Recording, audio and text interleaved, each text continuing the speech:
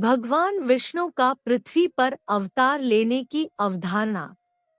परमपिता परमेश्वर नित्य है, शाश्वत है। इस दृश्य जगत में अपनी इच्छानुसार प्रकट होते हैं और फिर अपने धाम में प्रस्थान कर जाते हैं। उनके वे धाम मायातीत और चिन्मय है। उनमें प्रभु विभिन्न रूपों में उन रूपों के अनुरूप पार्षदों एवं परिकरों के साथ विराजते और नाना प्रकार की लीला करते हैं। उन अनंत प्रभु के अनंत धाम है। शास्त्रों में प्रमुख धामों का ही वर्णन है। अनंत लोकों के अनुरूप उनके अनंत धाम है। वे अनेक होकर भी एक हैं, अभिन्न है। उन अनंत प्रभु का स्वरूप सच्चिदानंद रूप है। सत का मतलब है जिसका कभी अभाव न हो।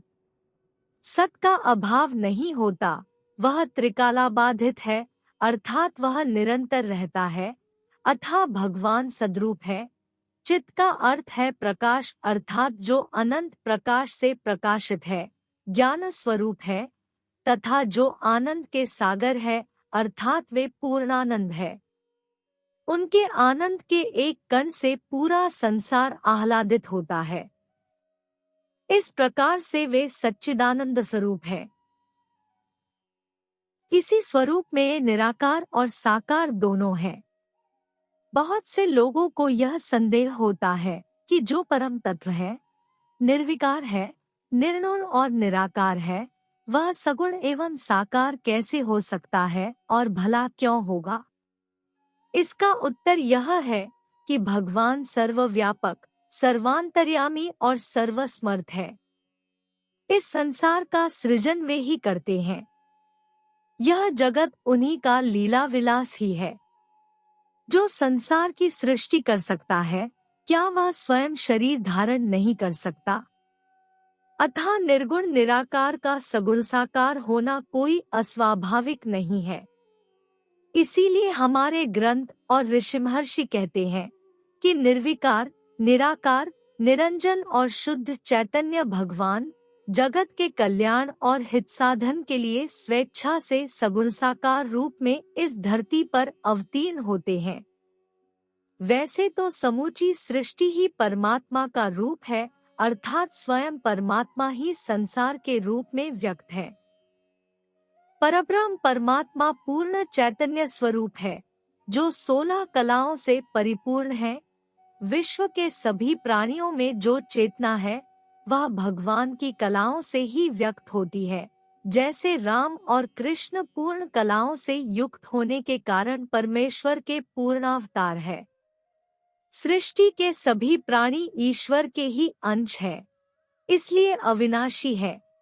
परंतु ईश्वर की कला के कमाधिक होने के कारण इन जीवों की शक्ति, क्षमता और प्रभाव में अंतर होता है। पूरे जगत में उद्भिज, स्वदेज, अंडज, पिंडज और जरायुज ये 5 प्रकार के जीव हैं, जिनकी चेतना का तारतम्य परमात्मा की कलाओं से व्यक्त होता है। जैसे जैसे इन जीवों की चेतना विकसित होती जाती है, वह ईश्वर की इन कलाओं को धारण करते जाते हैं। जमीन से उत्पन्न होने वाली वृक्षादि वनस्पति पदार्थों में भी आहार ग्रहण, निद्रा तथा स्नेहद्वेष के प्रभाव को ग्रहण करने की क्षमता होती है। लेकिन यहाँ केवल चेतना के अन्नमय कोश का विकास है। वे उद्भिज, वृक्ष, वनस्पति आदि प्राणी ईश्वर की एक कला से युक्त हैं। स्वेदज, पसीने से उत्पन्न होने वाले प्राणी जैसे जू, मक्खी इत्यादि जीव, जिनमें प्राणमय कोश का भी विकास है, अर्थात ये सक्रिय जीव हैं, ये ईश्वर की 2 कला से युक्त हैं।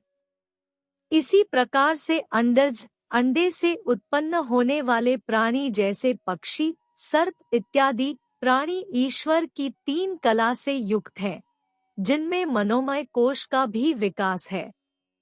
ये अंडज प्राणी संकल्प विकल्प भी करते हैं। पिंडज प्राणी, विभिन्न प्रकार के पशु ईश्वर की 4 कला से युक्त होते हैं। इन पिंडजों में विज्ञानमय कोश का भी प्राकट्य होता है। ये प्राणी बुद्धि का भी उपयोग करते देखे गए हैं। जरायुज प्राणी केवल मनुष्य होते हैं जिनमें आनंदमय कोश भी विकसित होता है। 5 कलाओं से युक्त केवल मनुष्य ही अपने आनंद की अनुभूति को हास्यादि भावों द्वारा व्यक्त कर सकता है और बिना दैहिक चेष्टा के आनंद का अनुभव कर सकता है। इससे निम्न कलाओं वाले या निम्न चेतनात्मक स्तर वाले प्राणियों में यह क्षमता नहीं होती है। वे या तो शांत रहेंगे या दैहिक गतिविधियों से अपने आनंद को व्यक्त करेंगे। मनुष्य योनि कर्मयोनि है। इसी योनि में जीव अपने शुभ कर्मों के अनुसार पाप पुण्य का भागी बनता है। उसे अपने कृतत्व का अभिमान रहता है कि यह मैंने किया है। 5वीं कला के बाद चेतना की जिन भूमियों में विकास होता है वे हैं भावना, प्रज्ञा और बोध। इन तीनों कलाओं का तारतम्य मनुष्य में बना रहता है। इसलिए मनुष्य में 5 से 8 कला तक चेतना की अभिव्यक्ति या विस्तार हो सकता है। सामान्य मनुष्यों में जो निम्न कोटि के मनुष्य होते हैं तथा वन्य मानवों में चेतना 5 कला तक ही विकसित होती है। वास्तव में सभ्य सुसंस्कृत तथा संवेदनशील मनुष्य में चेतना 6 कलाओं से युक्त होती है। भावना ईश्वर की छठी कला है। सामान्य मनुष्यों की अपेक्षा समाज में जो विशिष्ट प्रतिभावान मनुष्य है वे प्रज्ञावान होते हैं। वे किसी भी ज्ञान, विज्ञान तथा तथ्यों को तेजी से ग्रहण करते हैं और उनसे मिलने पर वे विशिष्ट तथा असाधारण नजर आते हैं। इनकी चेतना ईश्वर की 7वीं कला प्रज्ञा के क्षेत्र में भी विस्तृत होती है। इन सब के साथ ऐसे महापुरुष जिन्हें ईश्वर का बोध हो चुका होता है वे ईश्वर की 8 कला से युक्त होते हैं। ऐसे महापुरुष कभी कभार ही इस धरती पर दिखाई देते हैं, लेकिन इनका मिलना किसी सौभाग्य से कम नहीं होता। पार्थिव शरीर ईश्वर की 8 कला से अधिक का प्राकट्य सह नहीं सकती। वैसे 8 कला के प्राकट्य से ही पार्थिव देह में दिव्यता आ जाती है। देव स्तर के प्राणियों की चेतना में 9 कला का विकास होता है। 9वीं कला तत्वबोध की होती है। विभिन्न शक्तियों से युक्त ये देवी देवता जड़ तत्वों से बने संसार पर पूर्ण नियंत्रण रखते हैं। वस्तुतः ये देवी देवता वो शक्तियां ही हैं जो प्रकृति के जड़ तत्वों पर नियंत्रण रखती है। 9 कला का विकास दिव्य देह में ही हो पाता है। विशिष्ट अवसरों पर विशिष्ट कार्यों के लिए परमेश्वर के जो अवतार होते हैं वे 10 या 11 कलाओं से युक्त होते हैं। ऐसे अवतार अचानक से प्रकट हो जाते हैं और जिस कार्य के लिए प्रकट हुए हैं उसको पूरा करके तिरोहित हो जाते हैं। मत्स्य, कूर्म, वराह, नृसिंह आदि तथा भक्तों को दर्शन देने अथवा उन्हें वरदान देने के लिए जो अवतार होते हैं वे इसी प्रकार के अवतार होते हैं। ये विशिष्ट कार्य वो कार्य होते हैं जिन्हें पूरा करना किसी और के वश की बात नहीं होती। परमेश्वर की 10वीं कला काल तत्व और 11वीं कला महत्त्व है। परमेश्वर अपनी 10 या 11 कलाओं के साथ जहाँ प्रकट होते हैं वहाँ स्थूल और सूक्ष्म संसार का भेद नहीं रह जाता। उनके शरीर पर द्रव्य और ऊर्जा के नियम काम भी नहीं करते अतः उसका, उनकी शरीर का आकार चाहे जब जैसा बदल सकता है। जैसे भगवान वामन विराट हो गए थे, उनकी दिव्य देहों में वस्त्राभरण, आयुध आदि भी दिव्य होते हैं। यहाँ दिव्य का तात्पर्य उन तत्वों से है जिन पर ब्रह्मांडीय द्रव्य एवं ऊर्जा के नियम काम नहीं करते। होने वाली अवश्यंभावी भवितव्यता को बदलकर काल के प्रवाह पर अमिट एवं अखंड प्रभाव छोड़ने के लिए ही उनका प्राकट्य होता है। 11 कला से ऊपर होने पर प्रभु पूर्णावतार के रूप में प्रकट होते हैं, अर्थात 12वीं कला धारण करते ही प्रभु अपने पूर्ण अवतार के रूप में प्रकट होते हैं। प्रभु श्री राम 12 कलाओं के साथ जन्मे परमेश्वर के पूर्णावतार ही थे। परमेश्वर की ये 12वीं कला उनकी माया ही है। यह माया ही उन सारी परिस्थितियों को रचती है जिनमें परमेश्वर अपने उन विशिष्ट कार्यों को पूरा करते हैं जिसके लिए वे अपने पूर्णावतार के रूप में जन्म लिए होते हैं। उस सृष्टि जिसमें परमेश्वर जन्म लिए होते हैं के सारे लोग उस दौरान होने वाली अलग अलग घटनाओं के लिए उस काल के विभिन्न पात्रों को उत्तरदायी मानते हैं, जबकि पार्श्व में सारी परिस्थितियों को उनकी शक्ति माया ही रचती है। 12वीं कला के बाद परमेश्वर की 13वीं, 14वीं और 15वीं कला वास्तव में उनकी 3 शक्तियां इच्छा शक्ति, ज्ञान शक्ति और क्रिया शक्ति ही है।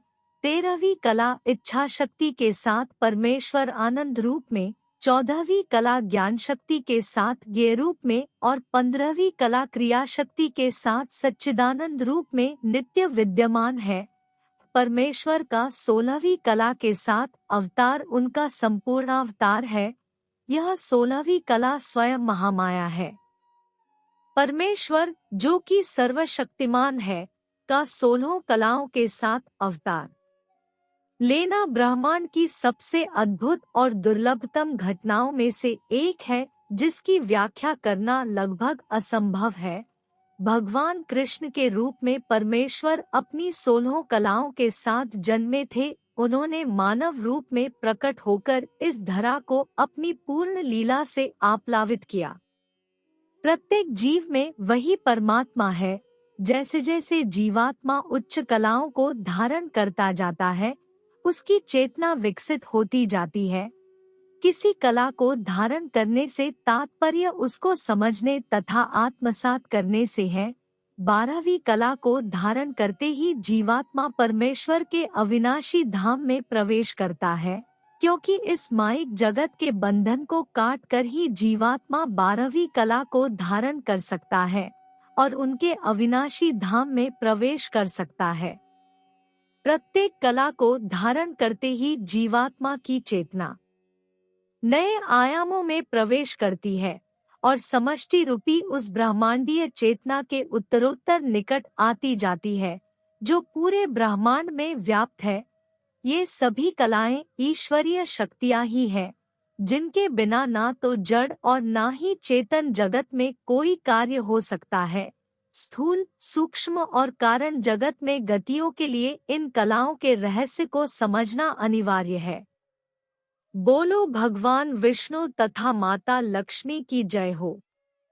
यदि आपको यह ज्ञान अच्छा लगा तो मेरे YouTube चैनल को सब्सक्राइब करें जिससे आपको धार्मिक ज्ञान प्राप्त हो सके। धन्यवाद।